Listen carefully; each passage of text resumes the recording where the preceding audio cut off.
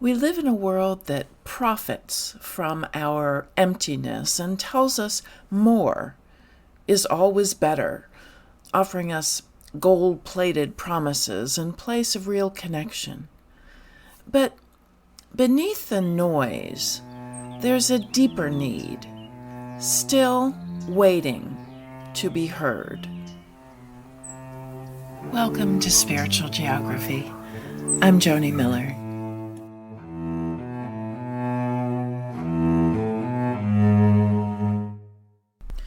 Stress eating? Yeah, I've been doing that too.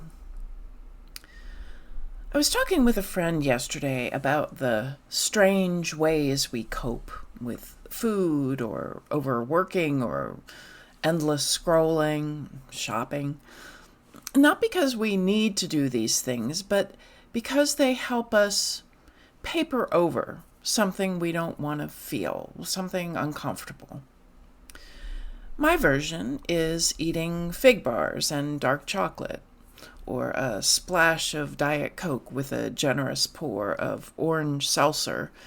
Nothing terrible on its own, except maybe the Diet Coke, but I'll stop again once I finish this last bottle. But I'm not reaching for these things because I'm hungry. I'm reaching because I want to feel something else. Safe, secure, loved, pampered, autonomous, energized. Then I started thinking, how often do we chase things in life, not for what they are, but for what we hope they'll make us feel? Sometimes it's food, sometimes it's a number in a bank account or a job title, a political identity, a certain body weight. But if we're honest, those things are often stand-ins, proxies for something deeper, some unmet need or unspoken ache that's still waiting to be seen. When we mistake the proxy for the source, we can end up chasing something forever, hoping it will finally make us whole. The problem is, we live in a culture that rewards the chase, that tells us again and again that more is better, that happiness is just one achievement, one purchase, one performance away. But that happiness rarely lasts, and so we keep chasing. Psychologist Abraham Maslow gave us a framework to think about human needs, from physical safety to emotional belonging to spiritual fulfillment. But real life isn't a neat pyramid the way he displayed it. Our needs loop and overlap. We can feel deeply connected while living paycheck to paycheck, or be emotionally starving while physically safe. Still, when one of those needs goes unmet for too long, we often turn to stand-ins. We chase things that look like what we need but can't quite satisfy us.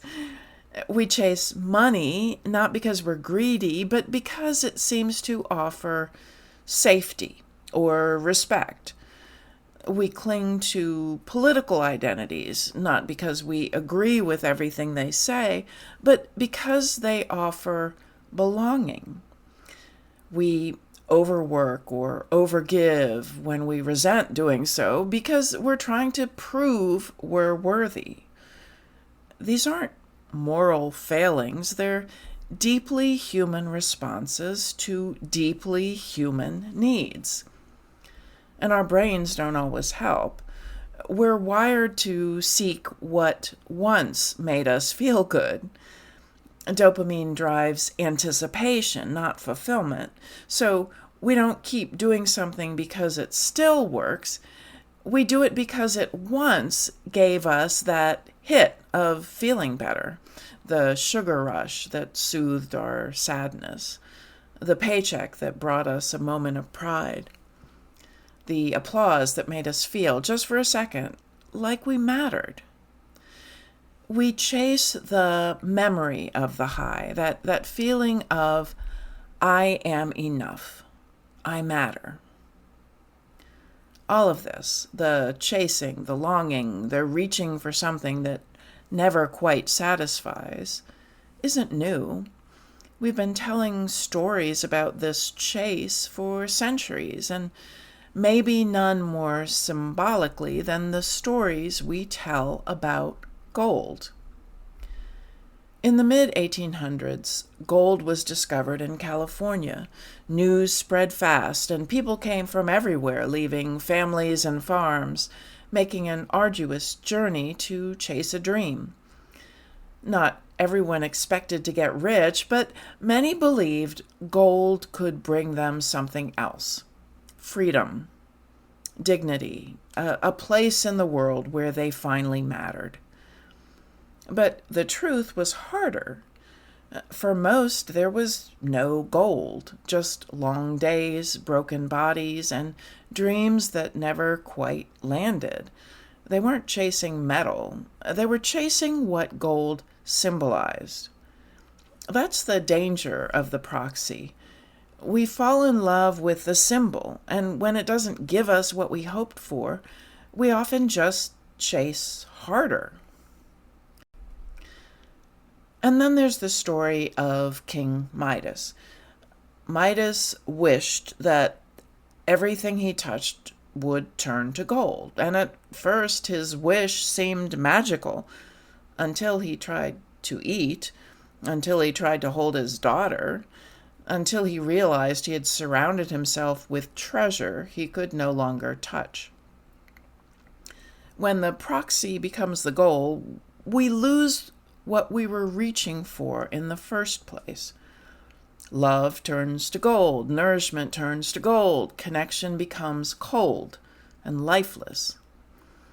That's not just Midas's tragedy. It's a cultural tragedy we're all living in, because this isn't just personal. It's the sea we swim in.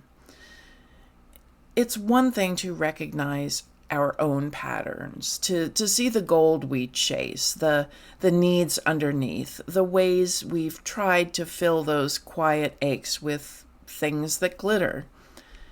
But it's another thing entirely to realize we live in a culture that feeds those patterns, even celebrates them, profits from them, turns them into algorithms and ad campaigns, political platforms, and pipelines of influence.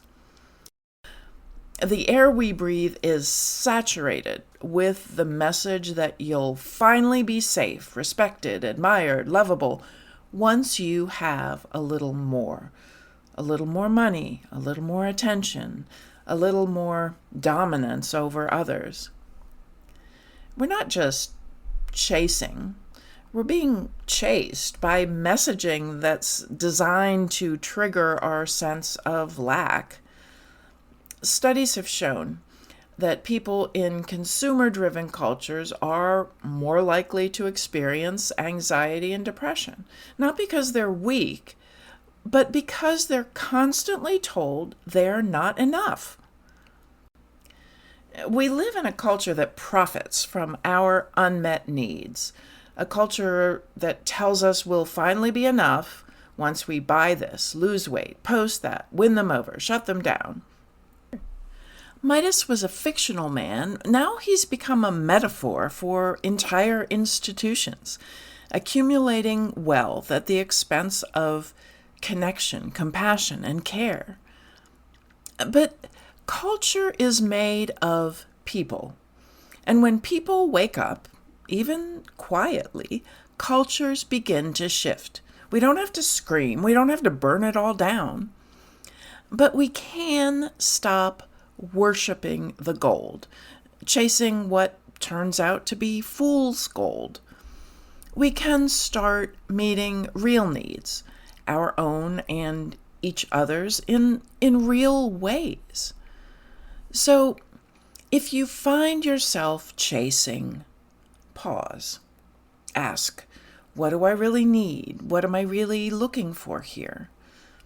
Not the thing, but the feeling underneath it. Maybe it's connection. Maybe it's rest. Maybe it's a sense of being seen without having to perform, to be accepted just as you are.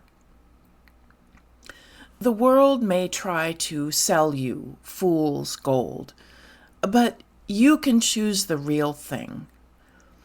A moment of presence instead of performance.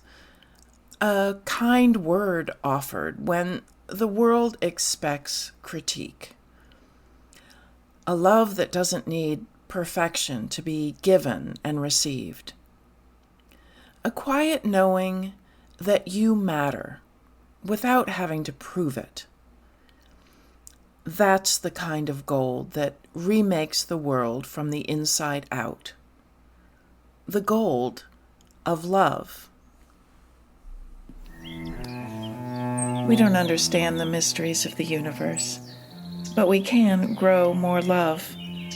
Love for ourselves, love for others, and love for the infinite mystery that lays beyond our understanding.